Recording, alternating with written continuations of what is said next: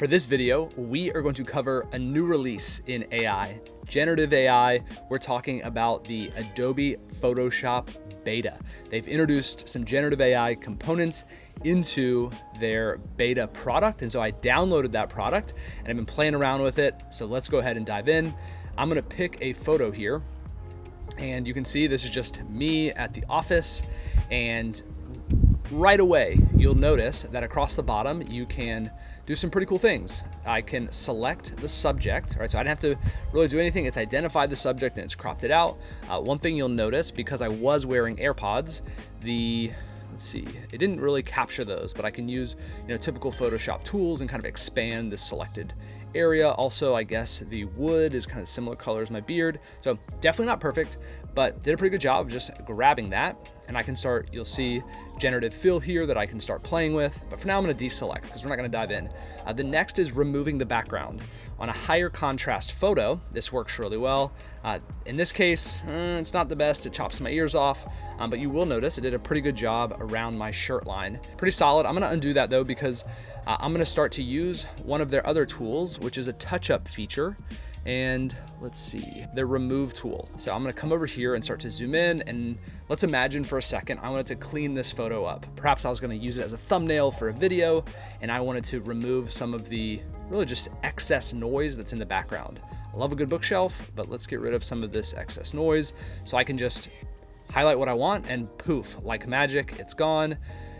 Let's come in here. I wanna remove some logos off my hat.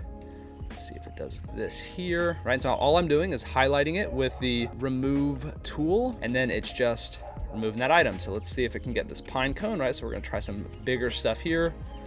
Boom, take this guy off the shelf. I do think there's a correlation to how much real estate you grab around the item, right? So if you select something really tight, it may not be able to determine what is the actual artifact that you want removed. It's pretty smart, and I've tried some many different things, but you will want to, I think, give it a little bit of margin so that it actually knows what it wants to remove. So here, let's see, this would be very powerful if it could actually get rid of this martini glass. Let's see if it's able to do that. Hey, that's not bad. As a human, I would even struggle to be able to kind of tease out what's the wall and what's the glass, but it was able to remove a piece of glass, which is great. Let's see some wrinkles in the shirt. So if I wanted to touch this up here, boom, look at that. The wrinkles, it is very good at wrinkles.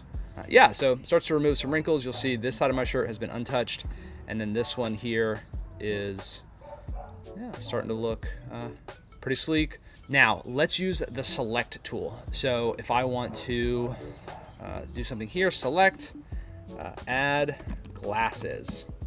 So this does take a minute. And what we'll probably do is fast forward through some of the weighting for this film. What it actually will do is not just generate one option for me, but I'll have a few options. So as the glasses appear on my face, you'll notice the ability to really navigate through like a slideshow. These are some of the better glasses that have appeared in times that I've tried this. So not amazing and also not very hip, right? Let me try again. Let's see if we can do that. Those should be a little bit better because after that, what I'm gonna do is go try to change my shirt. While it's working on this, what you'll notice is that it actually builds this is wild. Okay, these are kind of, it looks like these are like smushed ski goggles. So these are like super low profile, not a lot of visibility. What is cool though is you see that it's just layering them. So each time I generate, it's just keeping them among my options, which is pretty cool. I don't know what it did to my forehead, but not too bad. We're gonna roll with these glasses. Okay, so it did create a layer here, so I can actually turn it on and off. Right, so pretty clever. I'm gonna come in now and replace my... As I've been playing around, I'm not sure how much clarifying of what my target is I need to do. So I have done it before and says, change to tuxedo, and haven't said change the shirt, and it worked out well. But I think that's one of the things to play around with, like a lot of the generative AI tools is all about prompt manipulation. How can you be more specific or provide more clarity here? Awesome. So let's go ahead and start to bring these layers together. Let me change let's see what it would do if we just tried a pretty drastic change, which is remove hat. Okay, so it looks like it just gave me a different hat. Didn't really remove them. I could see, perhaps, let me try to do a little bit of editing here, if I can pull this one off. Okay, so what I'm asking it to do now is maybe a little bit more meta understanding, which is, hey, I've got a couple layers here and I want you to like figure it out and blend them together. I haven't tried this yet, so it could be a total fail. You know, you could imagine a use case for this where you're trying to do some manipulating and it could take hours to come in and say, okay, I want to put like this hairline on this person. It actually did blend pretty well. So you'll notice the shelf has been restored and it's less weird, and it put a new hat on me. I think it's just determined to provide a hat and some wild faces. Don't look much like me, but no harm here. Let's see if I can put a logo. One of my first interactions with the Photoshop beta and this generative AI feature was something I saw on LinkedIn with a Nike.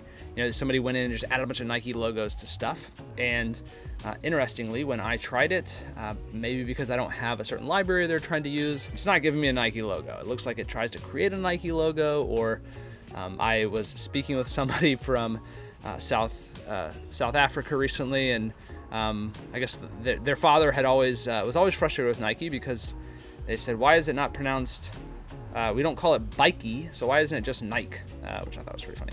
But yeah, so it's not pulling in logos here. I would imagine if I put in a logo and then I could ask it to, you know, match the lighting. I think that's a pretty popular use case for what I've seen people do with this. We're gonna go ahead and, you know, commit to use that for now.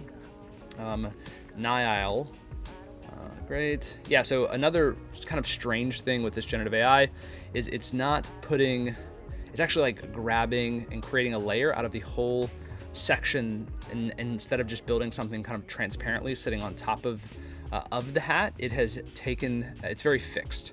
And so that's kind of frustrating because sometimes you want to reposition things or move them around, and you have to go a couple steps further to make that happen. We could go a little bit deeper, but I would encourage you to check out the Photoshop beta and play around with some of this. For this video, we have selected the subject of the photo, we've removed the background, we've played around with some generative AI tools for things like swapping the shirt that somebody's wearing, swapping the hat, which didn't go super well. And then of course, I think one of the best use cases, at least for now, is using the remove feature to clean up an image so that it looks a lot more professional and simple and clean. It did probably the best job of just that remove tool. So there you have it. Until next time.